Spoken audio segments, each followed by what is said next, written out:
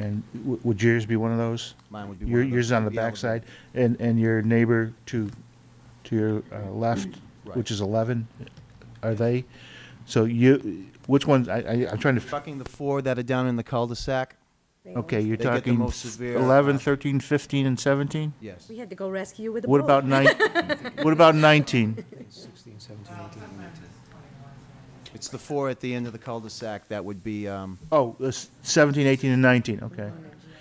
Is any, and you may not have the answer to this here, but as I look at this also, I could see the potential problem being on the backside of Happy Lane as well. Do we have anybody who's reported any problems of flooding back there? they're elevated. Okay. I'm just, from the map, I'm not seeing that, I'm Yeah, just. they're elevated. Okay. So the ones potentially to be destroyed are those 4? Those 4, yes. And the others coming up would be just fix some way to help deal with the Would be flooding? raised maybe 3 or 4 feet, possibly 4 to 5. Do we have any estimate as to what something like that's going to cost? Again, that's what, right now, the grant period has opened for all of these mitigation programs. So there is quite a bit of work that needs to be done in order to develop an application. As I said at the meeting about a month ago, it really needs to show that, you know, there's a strong collaborative effort between the residents in the area and the town government in applying for these. It's certainly not, right now, to start working on it and have a committee established between folks from the town and the residents in the area. I'm offering my service through our agency to help develop the application. I'm going to be hosting several workshops coming up here in the next month or two.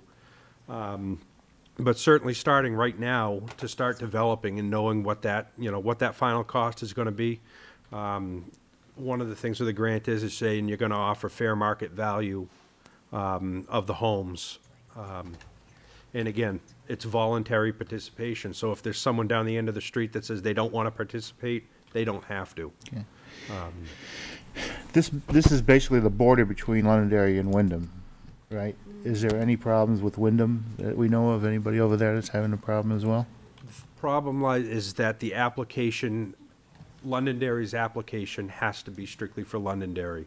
Wyndham would have to submit their own, so their application would stand, would actually compete against your communities. Okay. So we haven't had at this point any inquiries from the town of Wyndham. I don't think there's anything built back there. I didn't know, that's why I was asking. Wyndham's on the other side of the brook, and I believe Yeah. it's fairly Yeah, wet it- back there. Yeah. There's nothing built. Yeah, Jerry, you have something you want to? Yeah, I suppose, just a quick comment. And I know Mr. Farmer has done it, and they, we met, and Yeah. see how Would bad you, it was. and I know what just for the it's record, all would you about. identify yourself, Jerry? My name's Jerry Galesian, Thank you. and I've lived in town for 212 years. Almost But as long the as one you thing in require. the Wyndham part is the big dam, that, you know, as you go over to Yeah. that side, you're in Wyndham. That's the one thing. There was one year, for instance, in which the people who owned the dam shut the dam down somewhere along the line and backed up all the water. So that's the only effect at all in any form, shape, or way that Wyndham has to any of this. And Wyndham is on the other side of the waterway, and it's all a lot higher in that part and all that. So it really has nothing to do with it. But, Okay, thank okay, you. thank you. Council, anyone have questions? Yeah, David, what we're being asked tonight is basically to give our consent to continue to work with the community group and with the state, and you said probably go into a series of workshops to build these grants. Correct. And look at the grant, the appropriate grant program. I'm assuming that would identify costs associated with the different types of projects, whether it to be elevate the house or whether it be out and out purchase. So that's what we're looking at tonight. That's correct. One of the questions I have, are the property owners of the 4 most adverse affected properties here? Yes. Are you all willing participants in like the acquisition of your properties, if that's possible through these grant programs? Okay, because that's often a stumbling block in something like this. If it was 2 of the 4 of you that wanted to do it, and one of the 4 that wanted to do it, then it makes it more difficult for the rest of you and the rest of the people in the community. And then, of course, at some point, it makes it more difficult for us to make the financial decision when it's affecting one person. But we're talking about a whole street, and as Jerry said, I drove down there a couple of years ago after, probably 3 days, 4 days after, and it was still very, very bad. And talked to Jerry as he was dragging stuff out to the curb, and I went down the day it happened. yeah, you went down the day it happened. We're talking about We 5.5 were worried feet about of you because you were way up in the water. These residents at the end of the cul-de-sac feel they live in half homes, which is basically true because they really can't finish their first floors Yeah. when you have 5 feet of water that comes in your house.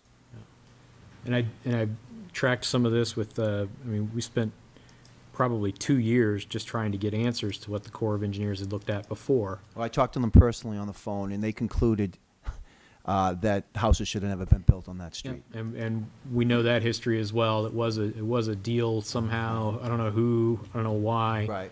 And in no way are the residents blaming Londonderry, but we don't want to be looking over our shoulder every time it rains for more than 3 days, especially during April with the winter when the snow starts to melt. We just want to live in peace, you know, and do what we can do.